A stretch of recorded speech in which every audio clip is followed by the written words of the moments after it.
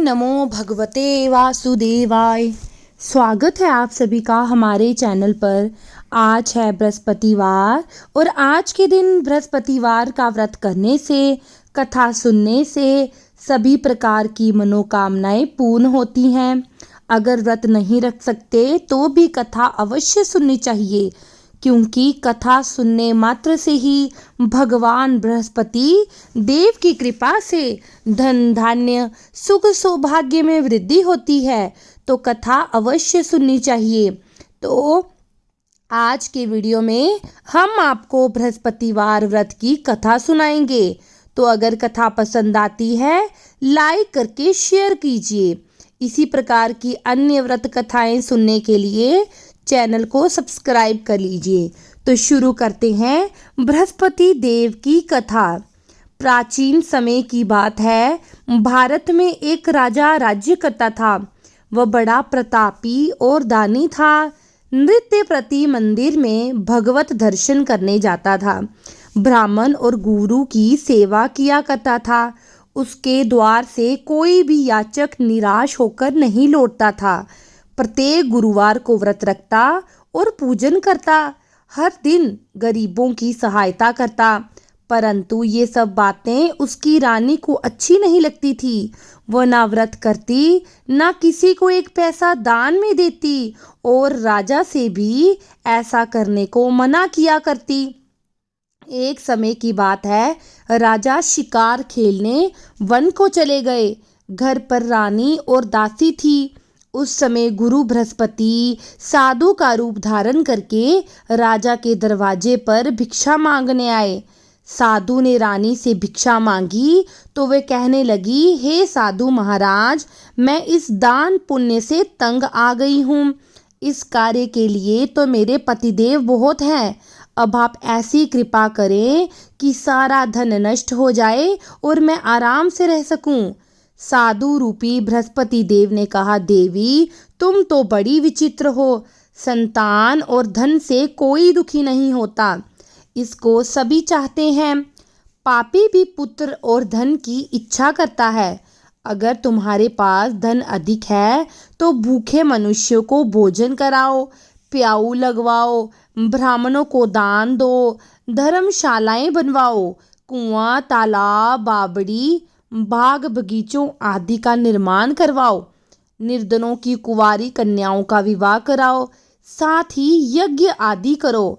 इस प्रकार के कर्मों से आपके कुल का और आपका नाम परलोक में सार्थक होगा और स्वर्ग की प्राप्ति होगी। परंतु रानी साधु की इन बातों से खुश नहीं हुई। उसने कहा, हे साधु महाराज, मुझे ऐसे धन की आवश्यकता नहीं जिसको मैं अन्य लोगों को दान दूं और जिसको रखने और संभालने में ही मेरा सारा समय नष्ट हो जाए। साधु ने कहा, देवी यदि तुम्हारी ऐसी इच्छा है तो जैसे मैं तुम्हें बताता हूँ तुम वैसे ही करना। बृहस्पतिवार के दिन घर को गोबर से लीपना, अपने केशों को पीली मिट्टी से धोना, केशों को धोते समय स्नान करना, राजा से कहना वह हजामत करवाए, भोजन में मांस मंदिरा खाना, कपड़ा धोबी के यहाँ धुलने डालना। इस प्रकार 7 बृहस्पतिवार करने से तुम्हारा सारा धन नष्ट हो जाएगा। ऐसा कहकर साधु महाराज रूपी बृहस्पति देव अंतर्ध्यान हो गए। रानी ने साधु के कहे अनुसार 7 बृहस्पतिवार वैसा ही करने का विचार किया। साधु के बताए अनुसार करते हुए केवल 3 बृहस्पतिवार ही बीते थे कि उसकी समस्त धन संपत्ति नष्ट हो गई। भोजन के लिए दोनों समय परिवार तरसने लगा, संसारिक भोगों से दुखी रहने लगा। तब वह राजा रानी से कहने लगा, हे रानी तुम यहाँ पर रहो, मैं दूसरे देश जाता हूँ, क्योंकि यहाँ पर मुझे सभी मनुष्य जानते हैं, इसलिए मैं यहाँ पर कोई कार्य नहीं कर सकता। ऐसा कहकर राजा परदेश चला गया। वहाँ जंगल से लकड़ी काट कर लाता और शहर में बेचता। इस तरह जीवन व्यतीत करने लगा। इधर राजा के बिना रानी और दासियां दुखी रहने लगी। किसी दिन भोजन मिलता, किसी दिन जल पीकर रह जाती। एक दिन रानी और दासी को 7 दिन बिना भोजन के हो गए।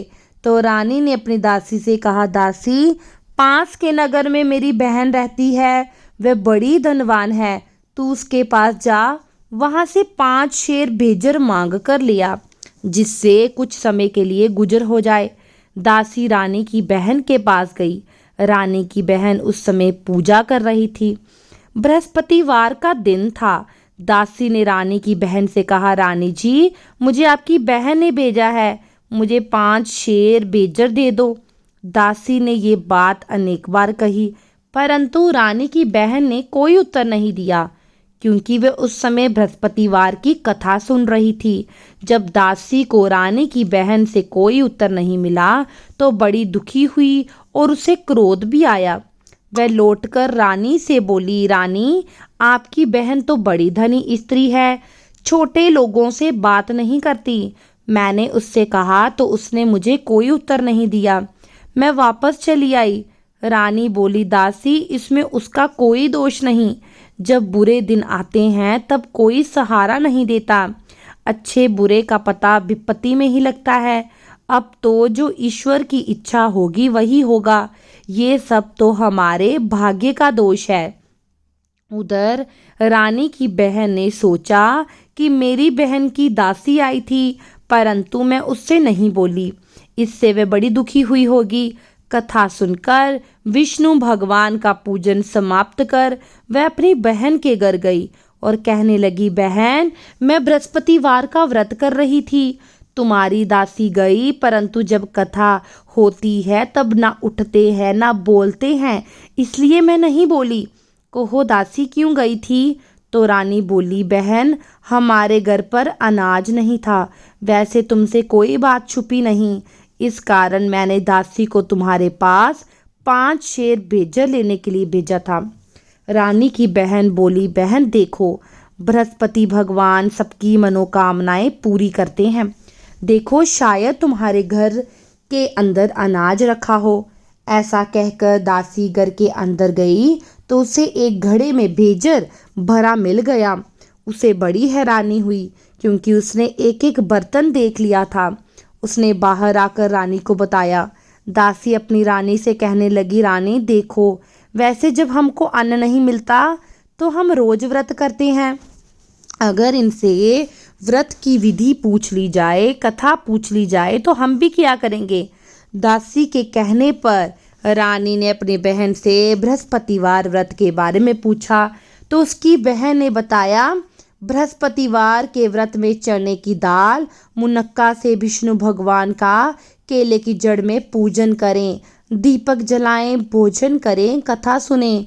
इस प्रकार करने से भगवान बृहस्पति और गुरु भगवान प्रसन्न होते हैं, अन्न देते हैं, पुत्र और धन देते हैं, सारी मनोकामनाएं पूरी करते हैं।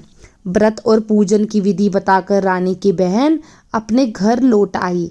रानी और दासी दोनों ने निश्चय किया कि बृहस्पति देव भगवान का पूजन अवश्य करेंगे। 7 रोज बाद जब बृहस्पतिवार आया तो उन्होंने व्रत रखा। गुड़साल में जाकर चना गुड़ लाई, उसकी दाल से केले की जड़ तथा विष्णु भगवान का पूजन किया। अब पीला भोजन कहाँ से आए? दोनों बड़ी दुखी हुई, परंतु उन्होंने व्रत किया था, इस कारण बृहस्पति भगवान प्रसन्न थे। एक साधारण व्यक्ति के रूप में 2 थालों में सुंदर पीला भोजन लेकर आए और दासी को देकर बोले, दासी, ये भोजन तुम्हारे और रानी के लिए है, तुम दोनों भोजन करना। दासी भोजन पाकर बड़ी खुश हुई और रानी से बोली, रानी जी, भोजन कर लो। रानी को भोजन के बारे में कुछ पता नहीं था, इसलिए वह दासी से बोली, जा तू ही भोजन कर, क्योंकि तू हमारी व्यर्थ में हंसी उड़ाती है। तो दासी बोली, एक व्यक्ति भोजन दे गया है। रानी कहने लगी, वो भोजन तेरे लिए दे गया है, तो तू ही भोजन कर। दासी ने कहा, वो व्यक्ति हम दोनों के लिए 2 थालों में भोजन देकर गया है, इसलिए मैं और आप दोनों ही साथ साथ भोजन करेंगी। दोनों ने गुरु भगवान को नमस्कार करके भोजन शुरू किया। उसके बाद वे प्रत्येक बृहस्पतिवार को गुरु भगवान का व्रत पूजन करने लगी। बृहस्पति भगवान की कृपा से उनके पास धन हो गया। परंतु रानी फिर पहले की तरह से आलस करने लगी। तब दासी बोली, देखो रानी, तुम पहले भी इस प्रकार आलस करती थी, तुम्हें धन के रखने में कष्ट होता था, इस कारण सभी धन नष्ट हो गया। अब गुरु भगवान की कृपा से धन मिला है तो तुम फिर आलस कर रही हो। बड़ी मुसीबतों के बाद हमने ये धन पाया है, इसलिए हमें दान पुण्य करना चाहिए। भूखे मनुष्यों को भोजन कराओ, प्याऊ लगवाओ, ब्राह्मणों को भोजन दो, कुआं तालाब बावड़ी का निर्माण करवाओ, मंदिर पाठशाला बनाकर दान दो, कुंवारी कन्याओं का विवाह कराओ, धन को शुभ कार्यों में खर्च करो, जिससे तुम्हारे कुल का यश बढ़े, स्वर्ग प्राप्त हो, पितर प्रसन्न हो। दासी की बात मानकर रानी इस प्रकार के कर्म करने प्रारंभ कर दिए। उसका काफी यश फैलने लगा। एक दिन रानी और दासी आपस में विचार करने लगी कि ना जाने राजा किस देश में होंगे और किस दशा में होंगे, उनकी कोई खोज खबर नहीं। गुरु भगवान से उन्होंने प्रार्थना की और भगवान ने रात्रि में राजा को सपने में कहा, हे राजा, उठ, तेरी रानी तुझको याद करती है, अपने देश लौट चल। राजा प्रातःकाल उठा, विचार करने लगा, स्त्री जाति खाने पीने और की ही साथी है। भगवान की आज्ञा मानकर अपने नगर को चलने के लिए तैयार हुआ। जब राजा परदेश गया तो परदेश में बड़ा दुखी रहने लगा था। प्रतिदिन जंगल से लकड़ी बीनकर लाता, शहर में बेचकर अपना दुखी जीवन बड़ी कठिनाई से व्यतीत करता था। एक दिन राजा दुखी हो अपनी पुरानी बातों को याद करके रोने लगा। उस समय जंगल में बृहस्पति देव एक साधु का रूप धारण करके आए और राजा के पास आकर बोले, लकड़हारे, तुम इस सुनसान जंगल में किस चिंता में बैठे हो, मुझे बताओ। ये सुनकर राजा के नेत्रों में जल भर आया और साधु की वंदना करके बोला, प्रभु, आप सब कुछ जानने वाले हैं। इतना कहकर राजा ने साधु को अपनी संपूर्ण कहानी सुना दी। महात्मा तो दयालु होते हैं। वे राजा से बोले, राजा, तुम्हारी पत्नी ने बृहस्पति देव के प्रति अपराध किया था, जिसके कारण तुम्हारी ये दशा हुई। अब तुम किसी प्रकार की चिंता ना करो, भगवान तुम्हें पहले से अधिक धन देंगे। देखो, तुम्हारी पत्नी ने बृहस्पतिवार का व्रत रखना शुरू कर दिया है। तुम भी बृहस्पतिवार का व्रत करके चने की दाल, गुड़ जल के लोटे में डालकर केले का पूजन करो। कथा कहो या सुनो, भगवान सभी मनोकामनाएं पूर्ण करेंगे। साधु को प्रसन्न देकर राजा बोला, प्रभु, मुझे लकड़ी बेचकर इतना पैसा नहीं बचता जिससे भोजन करने के पश्चात मैं कुछ बचा सकूं। मैंने रात्रि में अपनी पत्नी को व्याकुल देखा है। मेरे पास कोई साधन नहीं जिससे उसका समाचार जान सकूं। फिर मैं बृहस्पति देव की क्या कहानी कहूं, ये मुझे मालूम नहीं। तो साधु ने कहा, राजा, तुम किस बात की चिंता कर रहे हो? बृहस्पतिवार के दिन रोज की तरह लकड़ियां लेकर शहर जाओ, तुम्हें अन्य दिनों से दुगना धन प्राप्त होगा, जिससे तुम भली भांति भोजन कर लोगे और बृहस्पति देव की पूजा का सामान आ जाएगा। और बृहस्पतिवार की कहानी इस प्रकार से है। प्राचीन काल में एक बहुत ही निर्धन ब्राह्मण था। उसकी कोई संतान नहीं थी। नित्य पूजा पाठ करता। उसकी स्त्री बड़ी मलिनता के साथ रहती। वह ना स्नान करती, ना किसी देवता का पूजन करती। प्रातःकाल उठते ही सबसे पहले भोजन करती, बाद में अन्य कोई काम करती। ब्राह्मण देवता बड़े दुखी रहते। पत्नी को बहुत समझाते, परंतु कोई परिणाम नहीं निकलता। भगवान की कृपा से ब्राह्मण की स्त्री के घर कन्या उत्पन्न हुई। वह कन्या अपने पिता के घर में बड़ी होने लगी। वह बालिका प्रातः स्नान करके भगवान विष्णु का जप करती, बृहस्पतिवार का व्रत भी करने लगी। पूजा पाठ समाप्त करके स्कूल जाती तो अपनी मुट्ठी में जौ भर के ले जाती और पाठशाला के मार्ग में डालती जाती। वही जौ स्वर्ण के हो जाते तो लौटते समय उनको बिनकर घर ले आती। एक दिन वो बालिका सूप में उन सोने के जौ को फटक कर साफ कर रही थी। तभी उसकी माँ ने देख लिया और कहा, बेटी, सोने के जौ को फटकने के लिए सोने का सूप होना चाहिए। दूसरे दिन गुरुवार था। इस कन्या ने व्रत रखा और बृहस्पति देव से प्रार्थना करके कहा कि प्रभु, यदि मैंने सच्चे मन से आपकी पूजा की हो तो मुझे सोने का सूप दे दो। बृहस्पति देव ने उनकी प्रार्थना स्वीकार की और रोजाना की तरह वह कन्या जौ फैलाती स्कूल चली गई। स्कूल से जब जौ बीन कर ला रही थी तो बृहस्पति देव की कृपा से उसे सोने का सूप मिल गया। वह उसे घर ले आई, उसमें जौ साफ करने लगी, परंतु उसकी माँ का वही ढंग रहा। एक दिन की बात है कि उसकी बेटी सोने के सूप में जौ साफ कर रही थी। उसी समय नगर का राजकुमार वहां से निकला। कन्या के रूप और कार्य को देखकर उस पर मोहित हो गया और राजमहल में आकर भोजन तथा जल त्याग कर उदास होकर लेट गया। जब राजा को राजकुमार द्वारा अन्न जल त्यागने का समाचार प्राप्त हुआ तो अपने मंत्रियों के साथ अपने पुत्र के पास आया और बोला, बेटा, तुम्हें किस बात का कष्ट है? किसी ने अपमान किया है? ये कोई कारण है तो मुझे बताओ, मैं वही करूँगा जिससे तुम्हें प्रसन्नता होगी।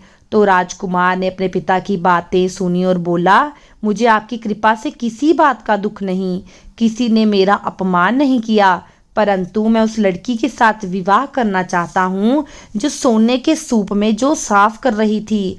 ये सुनकर राजा आश्चर्य में पड़ गया और बोला, बेटा, इस तरह की कन्या का पता तुम लगाओ, मैं उसके साथ तुम्हारा विवाह अवश्य करूँगा। राजकुमार ने राजा को उस लड़की के घर का पता बताया। मंत्री उस लड़की के घर गया और राजा का आदेश ब्राह्मण को सुनाया। कुछ ही दिन के बाद ब्राह्मण की कन्या का विवाह राजकुमार के साथ संपन्न हुआ। कन्या के घर से जाते ही ब्राह्मण देवता के घर में पहले की तरह गरीबी का निवास हो गया। भोजन के लिए अन्न भी बड़ी मुश्किल से मिलता। एक दिन दुखी होकर ब्राह्मण देवता अपनी पुत्री से मिलने गए। बेटी ने पिता की दुखी अवस्था को देखा और अपनी माँ का समाचार पूछा तो ब्राह्मण ने सारा हाल कह दिया। कन्या ने बहुत सा धन देकर अपने पिता को विदा कर दिया। इस तरह ब्राह्मण का कुछ समय सुखपूर्वक व्यतीत हो गया, लेकिन कुछ दिन के बाद वही हाल हो गया। ब्राह्मण फिर अपनी कन्या के यहाँ गया और सभी हाल कहा तो पुत्री बोली, पिताजी, आप माताजी को यहाँ लाओ, मैं उन्हें विधि बता दूंगी जिससे गरीबी दूर हो जाएगी। ब्राह्मण देवता अपनी स्त्री को साथ लेकर राजमहल अपनी पुत्री के पास पहुंचे तो पुत्री अपनी माँ को समझाने लगी, माँ, तुम प्रातःकाल उठकर प्रथम स्नान आदि करके विष्णु भगवान का पूजन करो तो सब दरिद्रता दूर हो जाएगी।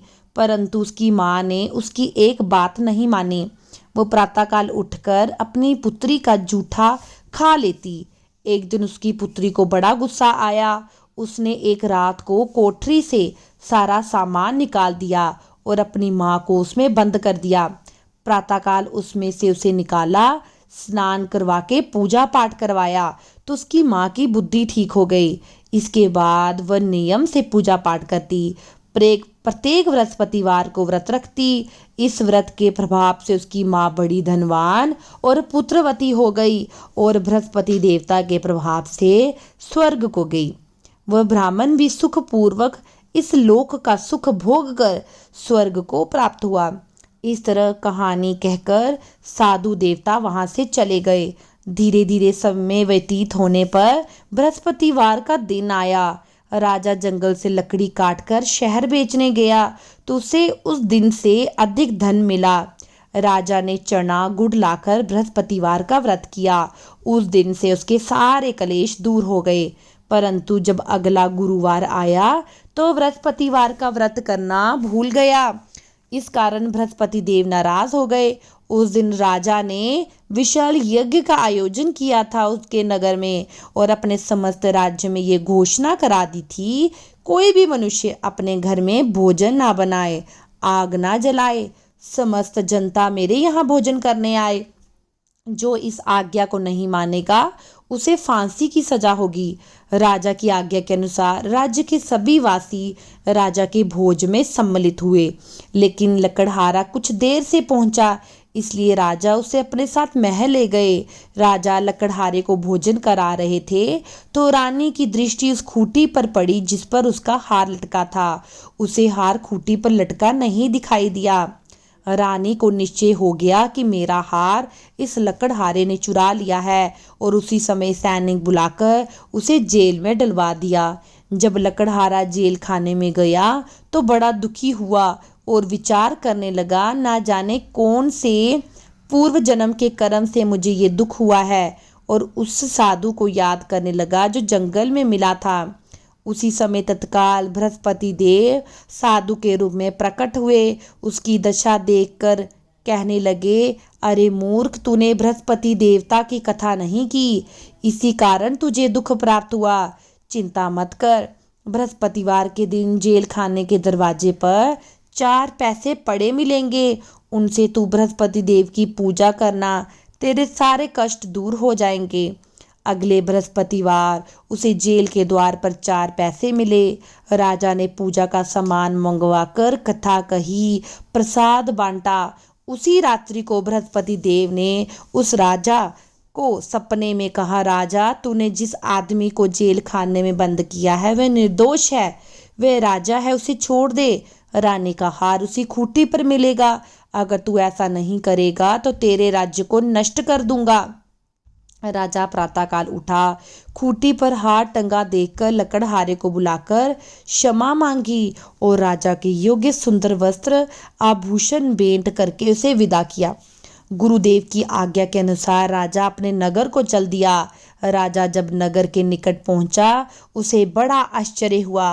नगर में पहले से अधिक बाग, तालाब, कुएं, बहुत सी धर्मशालाएं, मंदिर बनाए थे। राजा ने पूछा, ये किसका भाग और धर्मशाला है? तब नगर के सब लोग कहने लगे, ये सब रानी और दासी ने बनवाए हैं। तो राजा को आश्चर्य हुआ और गुस्सा भी आया। जब रानी ने ये खबर सुनी कि राजा आ रहे हैं तो उसने अपने दासी से कहा कि दासी देख, राजा हमको कितनी बुरी हालत में छोड़ गए, हमारी ऐसी हालत देखकर वो लौट ना जाए, जा तू दरवाजे पर खड़ी हो जा। रानी की आज्ञा के अनुसार दासी दरवाजे पर खड़ी हो गई। जब राजा आए तो अपने साथ महल ले आई।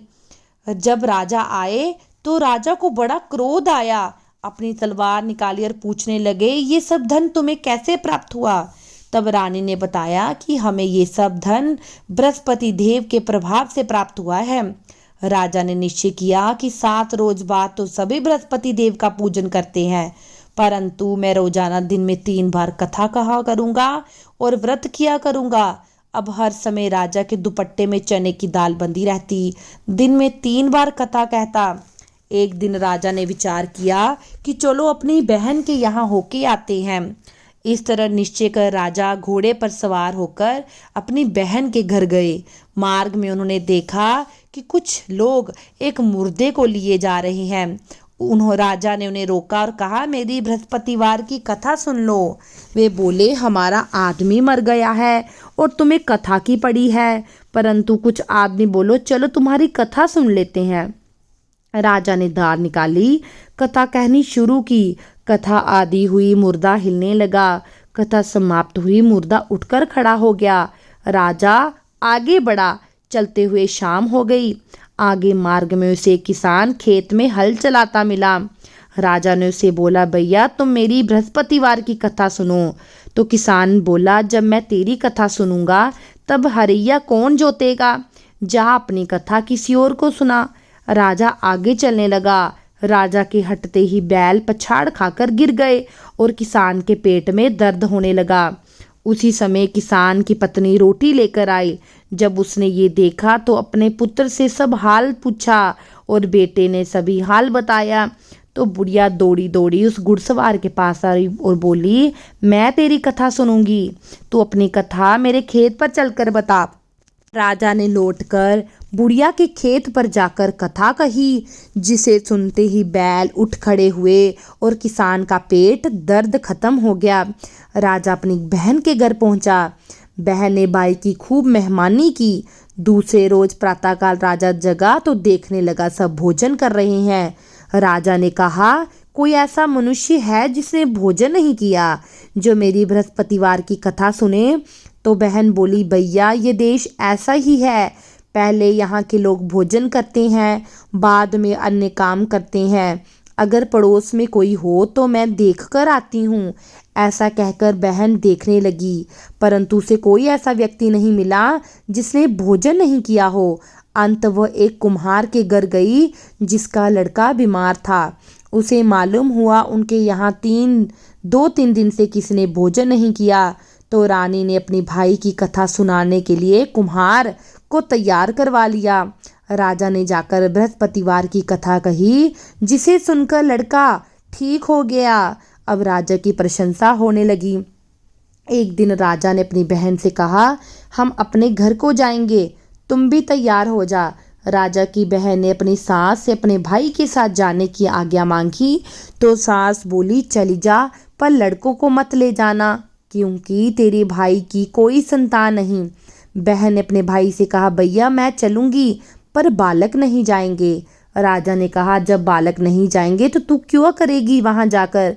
बड़े दुखी मन से राजा नगर लौट आया।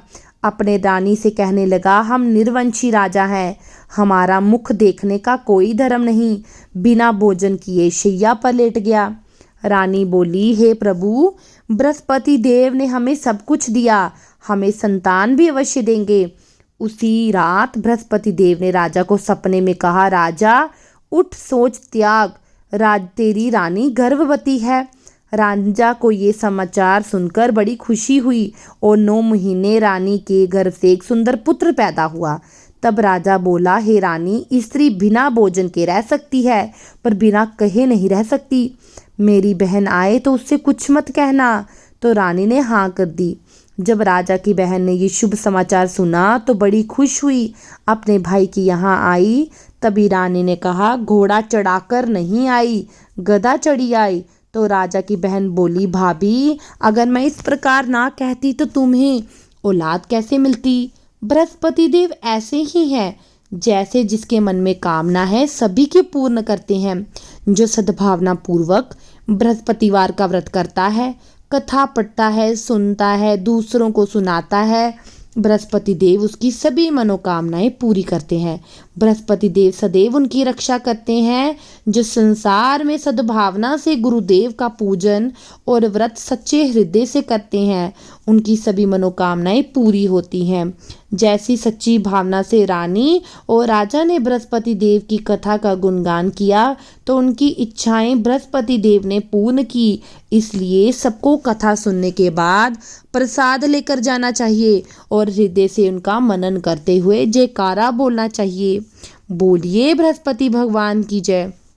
और आइए अब हम करते हैं बृहस्पति देव की आरती। ओम जय बृहस्पति देवा, स्वामी जय बृहस्पति देवा। शिन शिन भोग लगाऊं, कंदली फल मेवा। ओम जय बृहस्पति देवा। तुम पूरन परमात्मा, तुम अंतरयामी, जगत पिता जगदीश्वर, तुम सबके स्वामी। ओम जय बृहस्पति देवा। चरण हरणामृत निज, निर्मल सब पातक हरता। सकल मनोरथ दायक, कृपा करो भरता। ओम जय बृहस्पति देवा। तन मन धन अर्पण कर, जो जन शरण पड़े, प्रभु प्रकट तब हो के, आकर द्वार खड़े। ओम जय बृहस्पति देवा। जय दीन दयाल दयान, भगतन हितकारी, पाप दोष सब हरता, भव बंधन हारी। ओम जय बृहस्पति देवा। सकल मनोरथ दायक, सब संशय हारो, विषय विकार मिटाओ, संतन सुखकारी। ओम जय बृहस्पति देवा। जो कोई आरती प्रभु की प्रेम सहित गावें, जेठानंद कर सो निश्चय फल पावे। ओम जय बृहस्पति देवा। बोलिए विष्णु भगवान की जय, बृहस्पति देव भगवान की जय। अगर आपने बृहस्पतिवार का व्रत रखा है तो कथा अवश्य सुननी चाहिए। अगर व्रत नहीं भी रखा तो भी कथा सुननी चाहिए। और आपको ये कथा कैसी लगी कमेंट सेक्शन में मुझे ज़रूर बताएं। ओम नमः भगवते वासुदेवाय कमेंट सेक्शन में लिखें और इस चैनल को और इस कथा को दूसरों के साथ शेयर करें और पुण्य का भागीदार बने।